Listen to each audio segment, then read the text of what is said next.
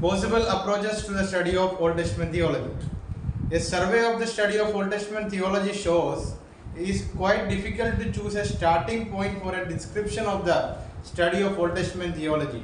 Old Testament theology का when we study about Old Testament theology, it says that it is very difficult to find out a starting point, where to start और कहाँ से शुरू करना है करके एक बड़ा difficult है वो decision लेने में. It is very difficult to get a starting point in Old Testament theology, but we have one scholar, Paul R. House, P. R. House, उसका P का full form है Paul R. House. ये जो scholar ने, ये जो पंडित ने 5 अलग अलग अप्रोच के बारे में सिखाया और this scholar contributed 5 different approaches to study Old Testament theology. The name of that scholar is P. R. House, Paul R. House. The first approach is page number 5. The first approach, one could begin with Old Testament itself. P. R. House, a scholar, this scholar says that if anyone is trying to get a starting point of Old Testament theology, do one thing, start from Old Testament itself.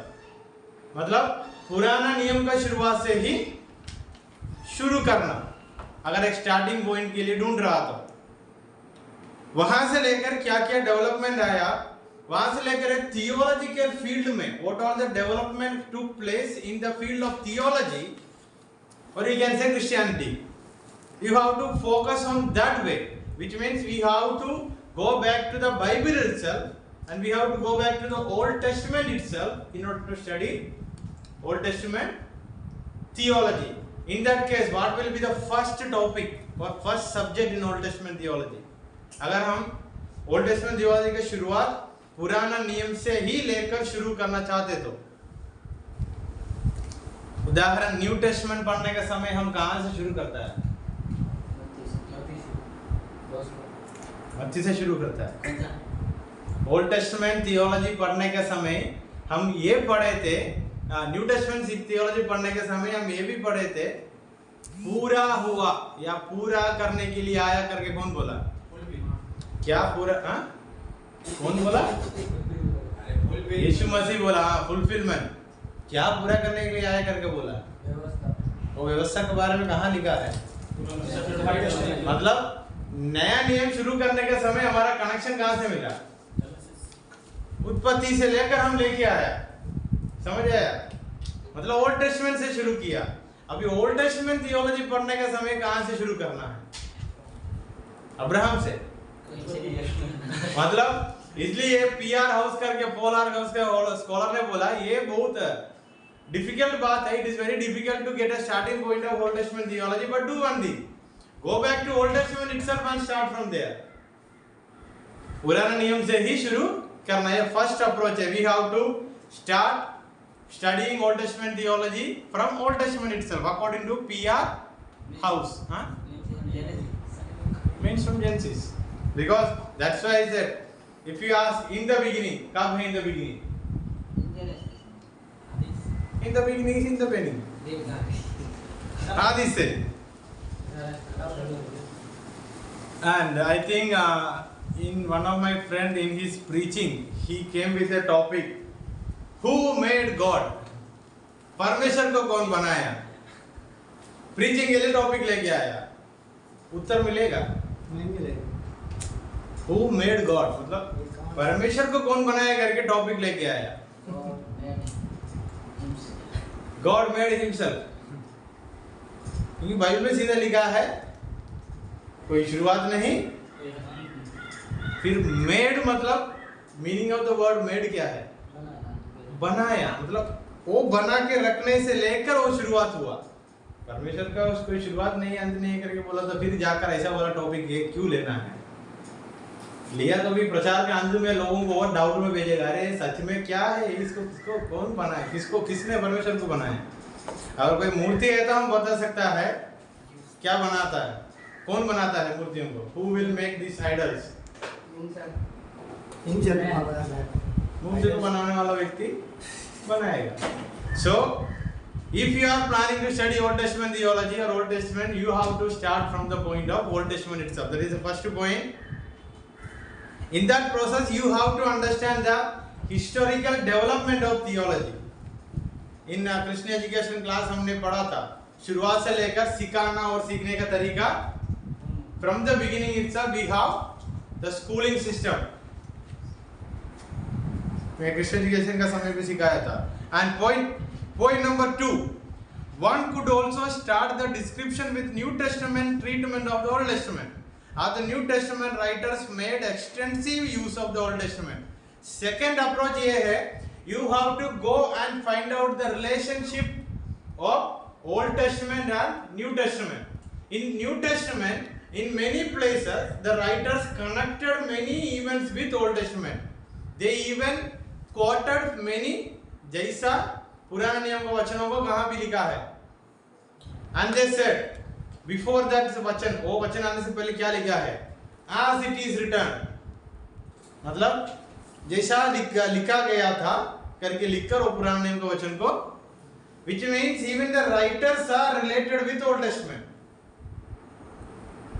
यीशु मसीह के चेले लोगों में से बहुत लोगों को क्या भी पता था, पुराने नियम का बातों को भी पता था, क्योंकि उनका बाप दादा ने उनको क्या सिखाया है? पुराना नियम सिखाया है. They knows about Moses, David and everyone because they are forefathers. So second approach is we have to find out the connection between New Testament and Old Testament. If you want to find out the connection between New Testament and Old Testament, you have to go and read New Testament.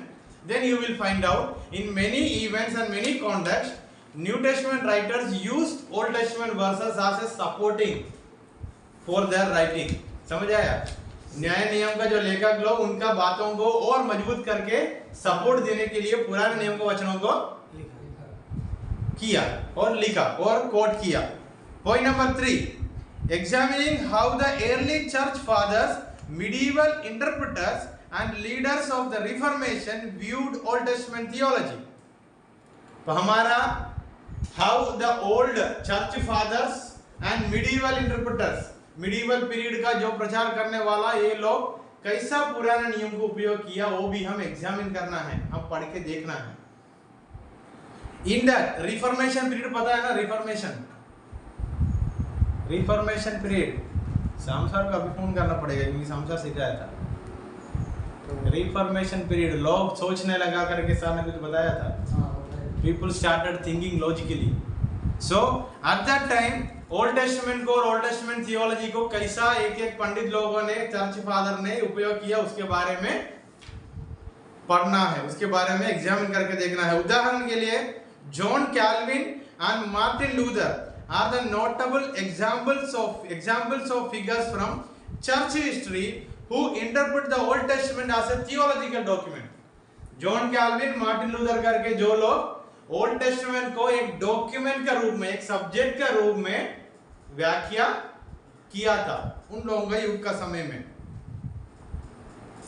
And they connected it with new testament. वो लोग वो जो सिखाने के समय पुराना नियम को नया नियम से जोड़ के बताया. इधर तक समझ आया?